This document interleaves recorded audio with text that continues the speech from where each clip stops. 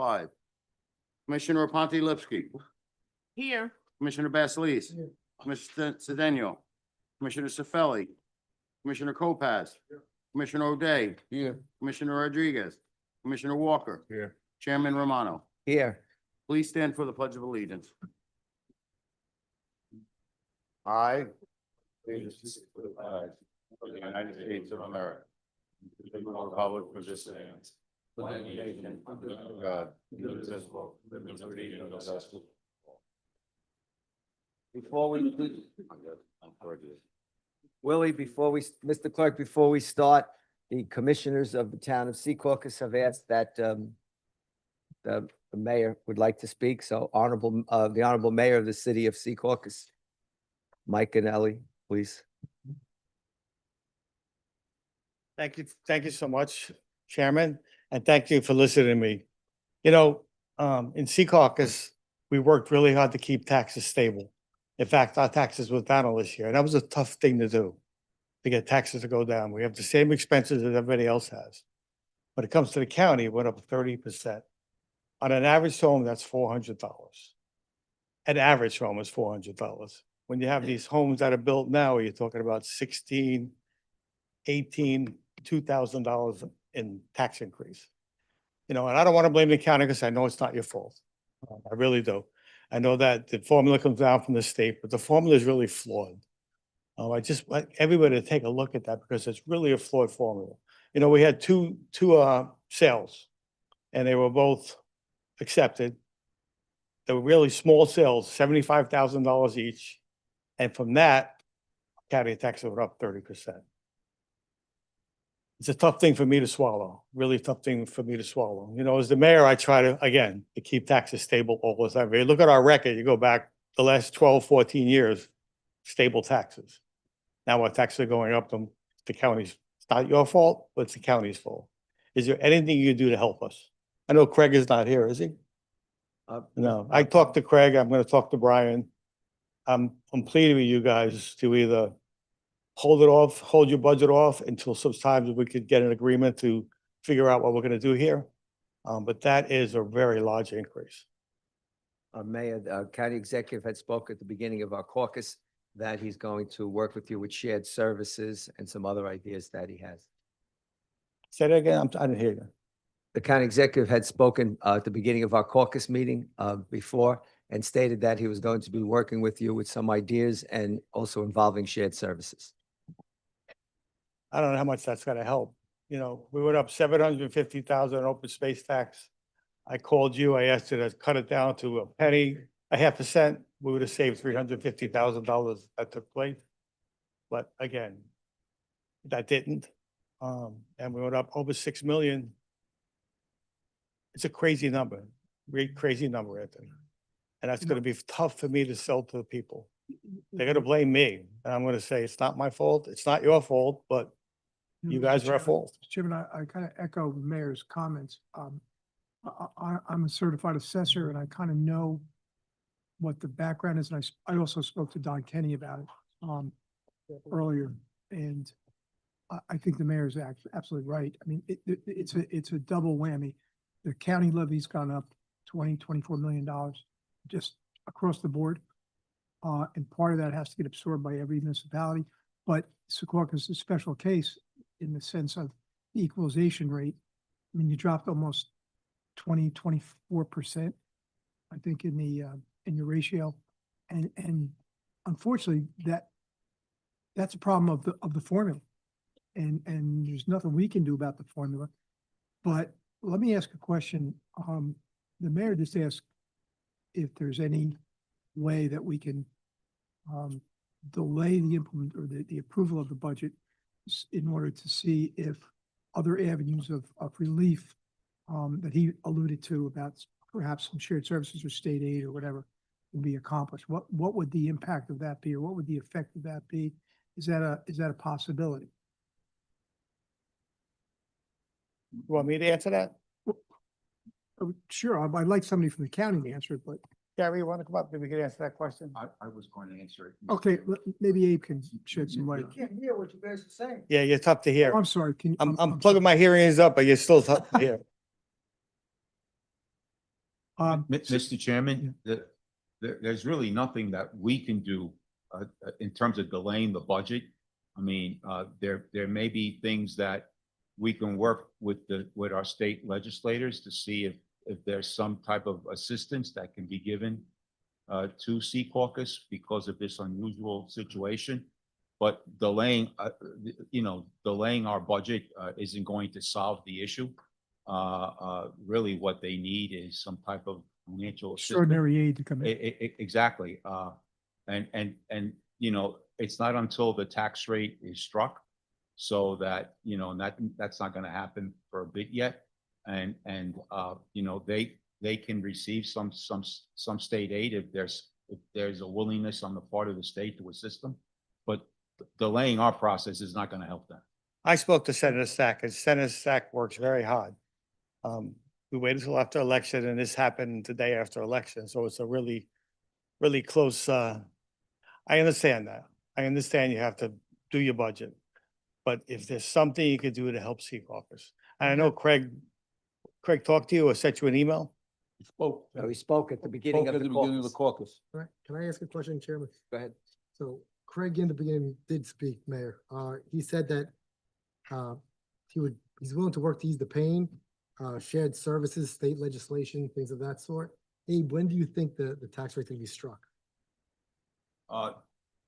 That will depend on how the other municipalities provide the information to Don Kenny. I mean, Don Kenny is here. He can probably answer that a lot better than me. Oh, Don. Yeah. Don, can you go over here? Sure.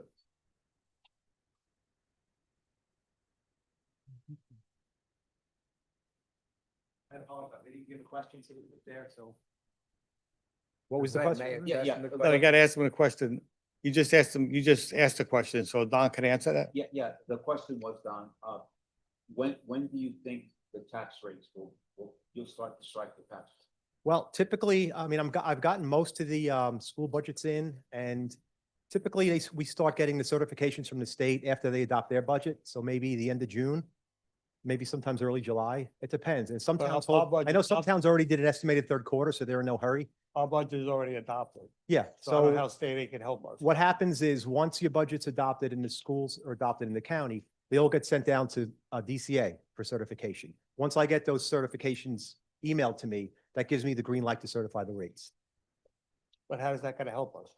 Oh, I'm sorry, that's, Yeah, I answered the that's- question. Mayor, I have seen, like, I've been around a while. I have seen situations where if state aid is provided, where that could be inserted into the rate. I've seen it happen. It doesn't happen that often, but I have seen that happen.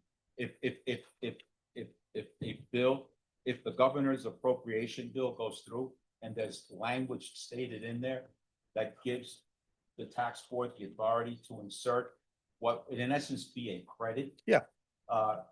That's how it would, even though your budget's already been adopted. I've seen that happen once, a long time. Chairman, Secaucus is seeing an unprecedented increase. And the formula is what the formula is. It comes from the state. Is there any way that we as commissioners can make a motion to try and assist one of our municipalities to encourage the state aid? I mean, you can certainly do a resolution asking that, the state consider, an appropriation to help the town of Secaucus, but keep something in mind that the formula, I think, is constitutional. It is. And it would require a constitutional amendment. Well, It is I'm not looking to change the formula. I'm looking to see if we as a board, we have a municipality that has seen a very high increase. Can we, as a board, assist this municipality, which is one of my municipalities, in requesting some special aid to assist them in? Sure, you can do a resolution asking the governor and the state legislature to support an appropriation or special assistance to the town of Secaucus because of this situation. You can certainly do it. I think that would be great if you did that. And I think that'd be a I step think forward. It Would we sounds like it's consider a that? two-step For the state. process. The first step is that that. Listen, I have full faith in Senator Stack that he's gonna help me. You know, and Craig, I talked to you guys tonight. I know probably about shared services. So if we put our heads together, we could probably, listen, we're going up 6 million plus 750,000. It's still gonna have a tax increase. But if we get $3 or $4 million from state aid, the tax increase will be a lot less. But it's, you know. again, it sounds like a two-phase plan. One is, for us and for the state legislators to make that petition for special aid, whether it's shared services or discretionary aid Right. to the city or the town. And then going back to DCA and see if we can get some credit and some relief in the actual tax rate if the budget's already been struck. Yeah, the DCA component, Mr. Chairman, if I may, will only happen if we're successful in getting the governor's budget to include. Yeah, that's what I mean. assistance. So I'm saying, but Because then. it's that process. Right, because that language then gives DCA the authority Yeah. to inform the yeah, tax board Yeah, to Step, take the action. step number one has to be some positive, Listen, that'll be step number one. positive feedback and from the it's- legislatures Right. and the governor's office in order to get some. And believe me, I think this- Senator Stack will push it. And I'm sure he will. We can bring a resolution for the board's consideration. For tomorrow. tomorrow's meeting, Sure. Asking that. And I think Bob and I would move that. Yeah. What would we do a few years ago? Remember when Hoboken's was like 20? Remember we got 20% or something in Hoboken Yeah, a few years ago? We it's got- happened in a lot of, what's happening in Secaucus has happened in other towns. It's happened. in Hoboken. Not 30%. Yeah, no. That's the Well, highest, that's the highest ever. I'm not talking about percent, I'm just talking about in terms of how this has impacted other towns in the past, I realize that. you know, but yeah, But that's a big hit. If I can ask Don. And again, we strive really hard to keep our budget as level as possible. In fact, we went down a couple of cents. Not a big deal. We went down a little bit. If I can ask Don a question, Don, the issue with the sales that impacted drastically upon Secaucus's equalization rate. It sounds like they were somewhat aberrational, but they were usable. Right. And, I wouldn't and say they were usable aberrational. is the term of art. I mean, I wouldn't say this year they were aberrational, Commissioner. One sale was, I think, a 25% ratio, one was 30. And that's consistent with all the residential. I mean, there were 161 residential sales and there were also 30. So if for some reason there was an appeal to knock those two sales out, that formula defaults to the residential ratio, which still would have been 30%. which is still going to not have a Yeah. great effect. I mean, it's not going to have it's going to have a deleterious And effect if I on the could city. add one more thing, the reason there's such a big difference between last year and this year is last year there was one commercial sale in the study that had a 71% ratio, which, could be even more aberrational. And, when you have that and then you get such a big drop this year, that's where that 30% change in the ratio comes from. No, I understand. And I agree, you have no control over it. Right. I agree with what you're saying. Mhm. But if you could pass the resolution tonight, I really appreciate that. Well, I think Um, Bob and I would move that for tomorrow I'll move it tomorrow. as a late starter. all right. Thank you. Thank you, Mayor. Thanks, Mayor. Take care. Next speaker. No, you want us to move on? Yeah. move on. Adequate notice of this meeting has been provided as required by law. The first item is a resolution designated as resolution number 1 on the agenda. This resolution is to exceed the county tax levy limits and establish a cap bank as per NJSA 48:4-45.15. This was moved by Commissioner Lopez and seconded by Chairman Romano at the board's meeting of May 8th. This is a fixed time for a public hearing on this resolution, which was advertised with notice for the hearing at this time. Are there any speakers on this resolution? Continue, Mr. Clark. On the adoption? We Oh, need motion to enough- close the public hearing? Yeah. All in favor? Aye.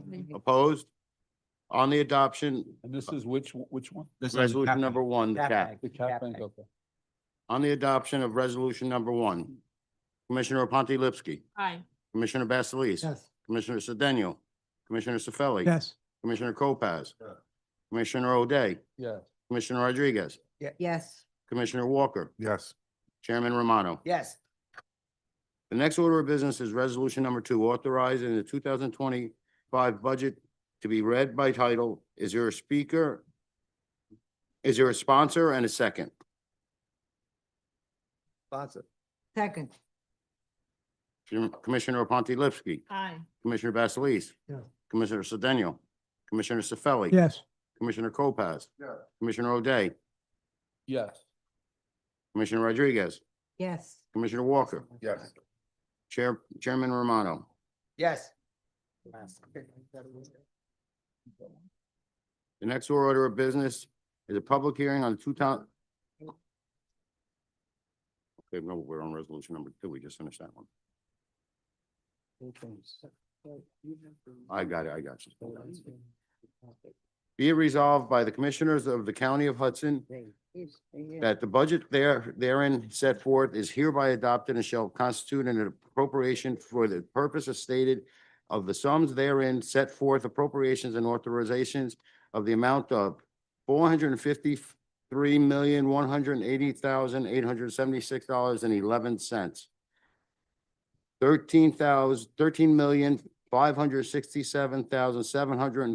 $13,567,744.59. Open space recreation, farm and historic preservations. General revenues. Surplus anticipated, $52 million. Miscellaneous revenues anticipated, $208,406,358.99. The amount raised by taxation for county purposes, $453,180,876.11. General revenues, $17,713,587,235.10. General appropriations. Operating including contingent, $554,760,908.02. Capital improvements, $48,263,362.51. County debt service, $47,188,278.98. Deferred charges and statutory expenses, $63,374,585.59. Judgments, $100. Total general appropriations, $7,713,587,235.10. It is here. No, you have to do the public hearing. No, but, A public hearing, Yeah, right? public hearing. yeah.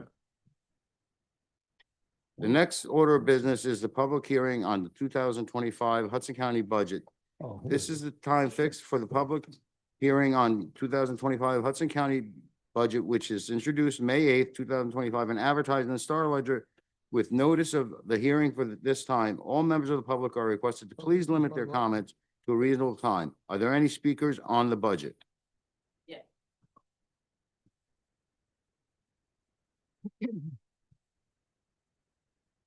Good evening. Hudson County employee and here to discuss the contract. I was informed that there would be a settlement, there will be a hearing, a caucus to some degree today regarding our contract. So I'm asking if anyone could explain to me anything about the contract. No? All I think from the perspective of a budget, that's a legitimate question is, so there is a proposed settlement, which obviously would have to be voted on by your members. That proposed settlement creates a market adjustment to adjust salaries based on an issue that was raised by yourself and others concerning the salaries for titles vis-a-vis other counties. That if that contract is approved by the membership, that would result in this year, July of this year, substantive increases, probably equal to 20% of a person's salary in the current titles they are. Within the title of of those that are in a one, I guess they're SS ones, So- SS1. right? That those individuals would be able to opt into an SS2 sooner rather than later.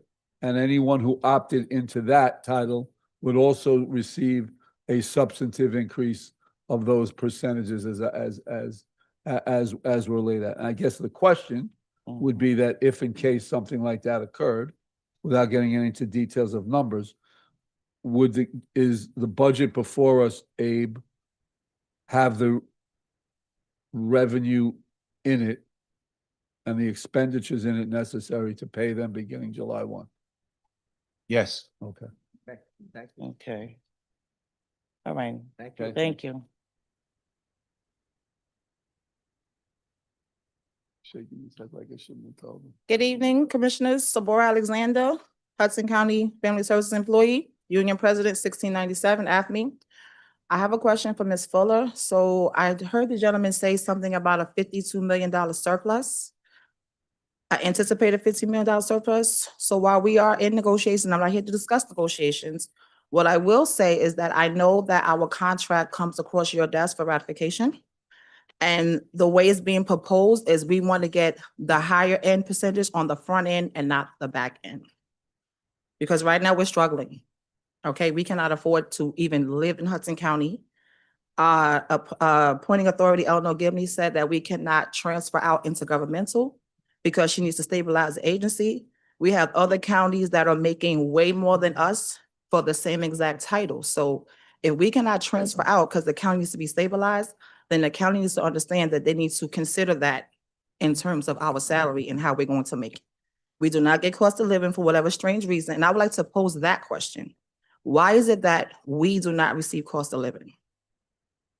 I'm being told we're supposed to, but we're not. So I don't really know, I need some help with that. I'll research it, but I would definitely like to ask the commissioners, can you please tell me how did cost of living come to Hudson County? When did it start? Why did it stop? Who stopped it? If it stopped?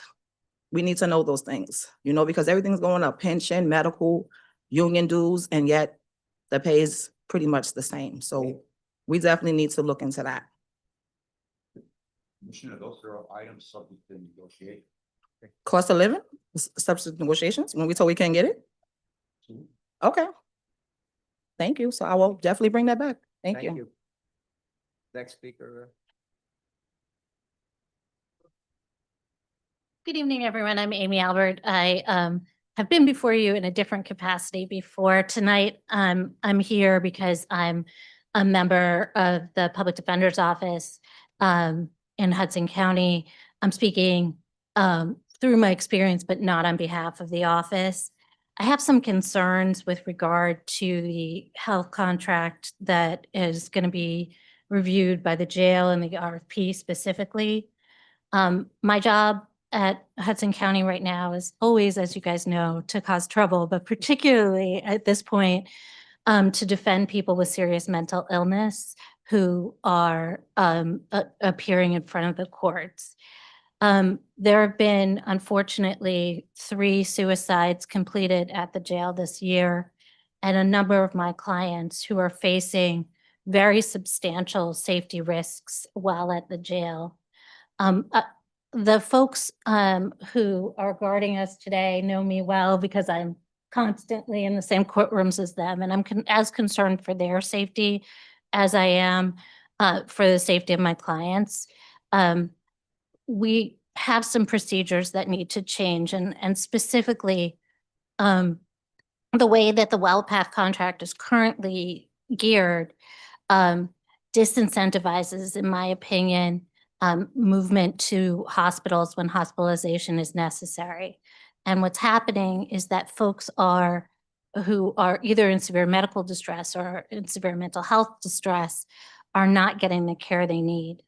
I have clients who have severely burned court officers. I have a client who has been awaiting transport to the Ann Klein Forensic Center, the health facility for folks who are not competent, for 10 months. And in the meantime, has bitten one of the court officers so badly it took a chunk out of his hand. And these people are remaining at the jail rather than being transported to the medical center.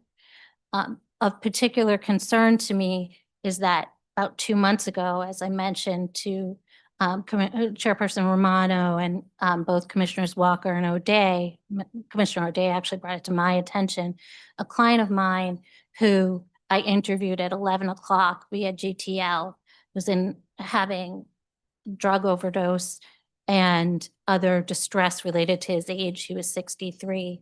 I informed the jail. He was brought into the services before, within WellPath. And unfortunately, 15 minutes later, when they went to check on him, he had died. I'm very concerned about when the decisions are made to actually call in the ambulances versus not. And I'm not claiming that there's any malfeasance on anyone's part here, but what I do think is, unfortunately, as Chairman Romano, we've discussed, it's very expensive right now for us to have hospital services that are connected to the jail. It's expensive because it requires several of the officers to go with our inmates to the hospital, but it's also expensive because unlike other places like Bergen County and Essex County, who have contracts that include a provider who has access to a hospital, we don't. And what that means is that certain of the services that our clients could get, which would make everybody safer, are not happening. And that includes padded rooms for folks to be restrained without physical restraint. That includes not having the facilities on site to properly supervise people who are suicidal. And what that means is, for instance, I have a gentleman who has severe anxiety. It was determined that he was suicidal. He was stripped naked, as generally happens in these cases, to prevent being him hanging himself with his clothing. And then because he was so anxious, when he came out of his cell, he kind of rushed out. Officers pepper sprayed him naked. This led to an incident in which he had his hand broken as they were trying to restrain him. It's a completely unacceptable situation that happened last week. Not because anybody at the jail did anything wrong, but because we're expecting people who are trained to subdue people who are able to control their physical bodies to do something that they're just not trained to do. And so I really urge you to consider, when you're thinking about this contract, think about whether there are providers who are applying for the RFP who already are connected with the hospital and have hospital privileges. I know in other counties, their providers have those. Rutgers, for instance. I know there are many others. And I'd also ask that you consider whether our county mental health facility might be able to take on some of these roles. I know that Medicaid funds could be taken back from their use at the jail if people go to the county mental hospital. And so I wonder why that's not happening. I just want to make sure that as we're considering this contract, which is a substantial part of the budget, we're looking at $15 million, I think, that we consider what part of that can actually be used efficiently to help folks, so that I'm not getting calls even from CEOs saying, why is this lady who thinks that, you know, she's a famous musician still in our jail after 10 months? We're constantly trying to keep people safe, and I can't do that unless we have the tools. Amy, do you ever set up a meeting with the director about your concerns? We've been talking many, many times, and many of the people in this room have been in the same position. I think we're all kind of stuck in terms of what resources are available, and we're all trying very hard to address it. So I'm happy, as always, to meet with folks. I know that my bosses have been meeting and expressing the concerns, and I don't in any way mean to imply that We're also that's an issue. in 2 hospitals, Christ and Hoboken, have been taken over by Hudson Regional. Mhm. And during one of the meetings, I brought that up, that for this county to accept them as the operators, that we need a special area for those that have both physical needs from a hospital and also those that have mental needs. Right. So hopefully that's a step, when they finally get to do these new hospitals, that we will be brought in and, to state our case, so there is a connection. One of the interim steps we've taken is using a program in Essex County called Silver Lake Hospital, which is a development, it provides both for people who have mental health and substance abuse needs at the same time, and it's a voluntary hospitalization.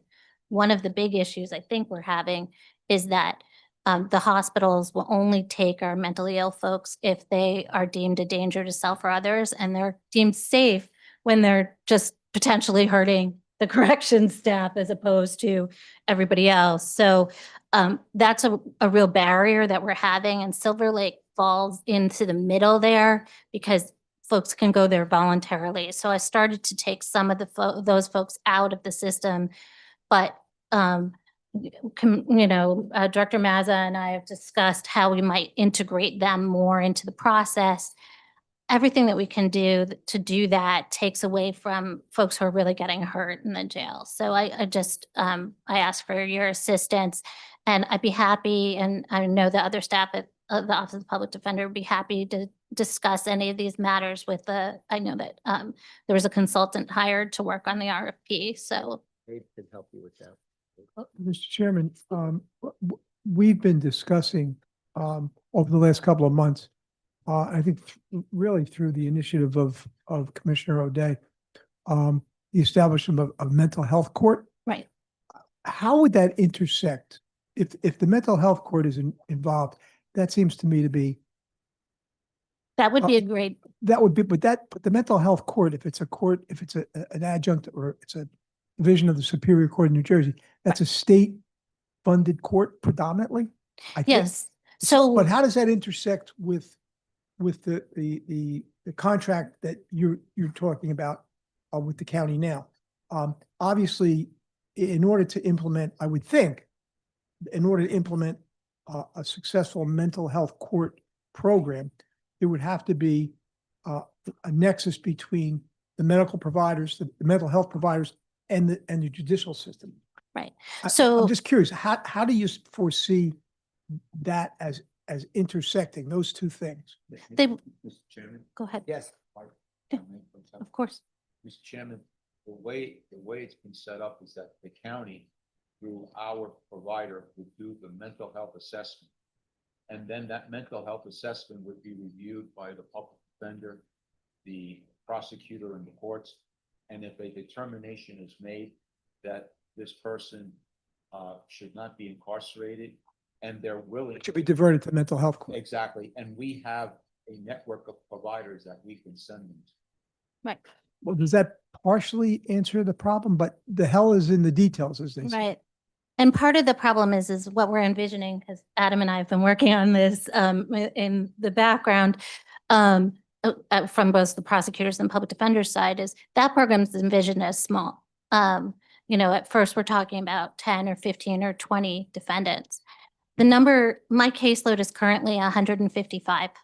And those are people with serious mental illness, and I'm not the only one in the public defender's office who has folks with serious mental illness on staff in their caseload. So we estimate that it's somewhere around 500 or 600 people that we're talking about. Out of the present population of the correctional facility? Not everyone is in the correctional facility at the same time, so no. But we're talking about on an annual basis.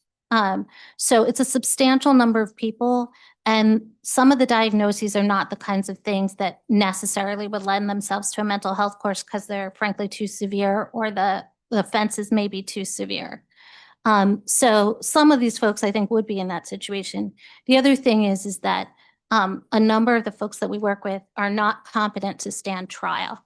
And so those people are not in a mental health court. They're not well enough. They're outliers, and they're going to go into a different pool of defendant. Right. And so those are the folks who we're trying to get to Ann Klein Forensic Center and to Trenton Hospital.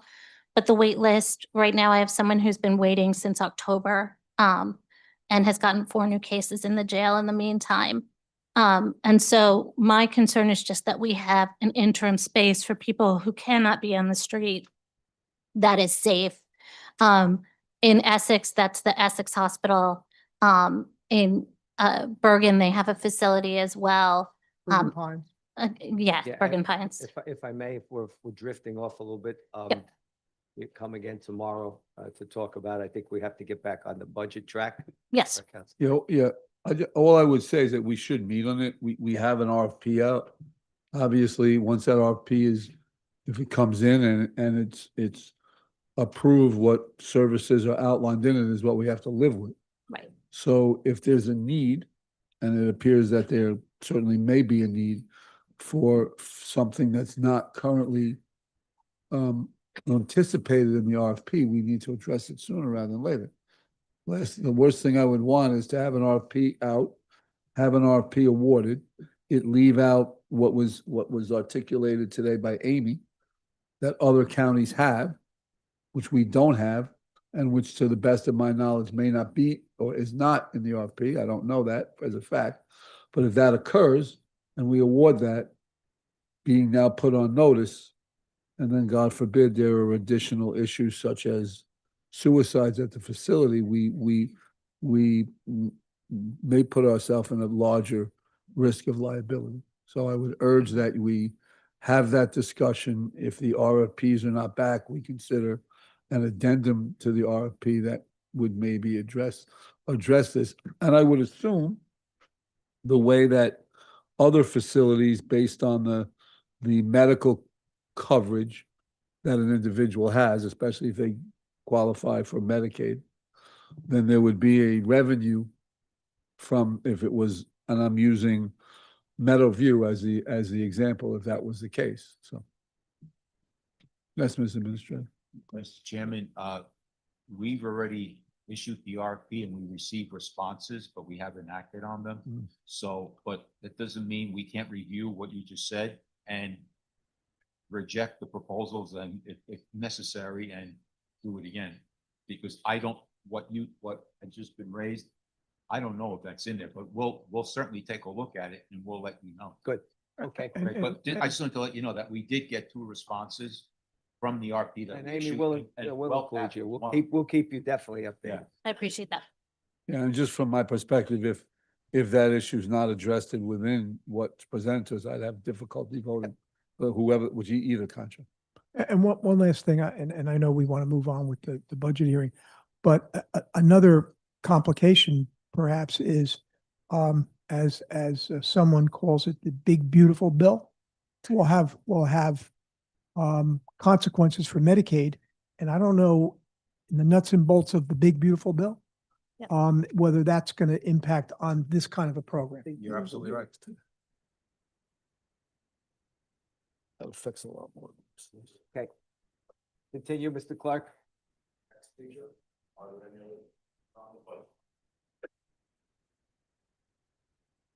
Motion to close. Motion to close. Motion to close.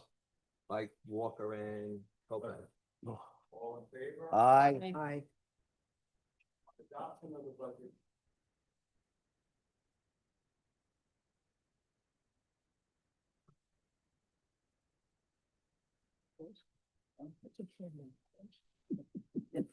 Adoption of the budget. Chair Hospital. Aye. That's what we. Board member, and a lot of, well, if they consider it, or they might use it tomorrow for state legislators. to try and keep, I mean, they,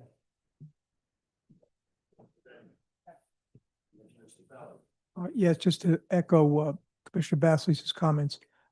We represent Secaucus, obviously, and they've been inordinately hit with consequences of this budget. However, as we discussed with Mayor Ganelli, that's, I believe, more of a product of the state equalization formula. I think he understands that, to his credit. But I think Commissioner Basleys will be happy to follow up tomorrow at a walk-on resolution to urge our our county legislatures and the state and the governor's office to try to ride to the rescue, so to speak, and try to find some state aid to offset the deleterious effect that this budget is going to have on that one municipality. So I would vote aye.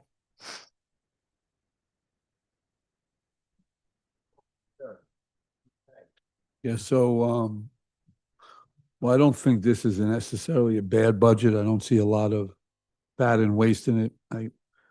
Going over the hearings, certainly there's probably, as in any budget, a couple of $1 million that could have been proposed to be cut, but when there are other issues that are outstanding that those dollars may be needed for, I came to the conclusion that that may not have been the most prudent thing to do. But based on the impact that it has on Jersey City this year, I vote no. Yes. Yes. Yes, but I have to make a comment. I want to personally, on behalf of my colleagues, thank the directors, their deputy directors, their staffs, and the county exec's office to come up with a budget that obviously is trying to serve all our constituents in the best way possible.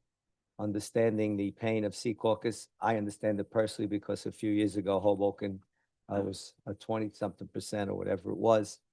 But again, sincere thanks and gratitude for all the hard work that you do to put a budget together, representing two of the cities as Jersey City, and also that gets hit with different budget increases. But the state formula hopefully someday will be adjusted to the reality of what goes on in this county.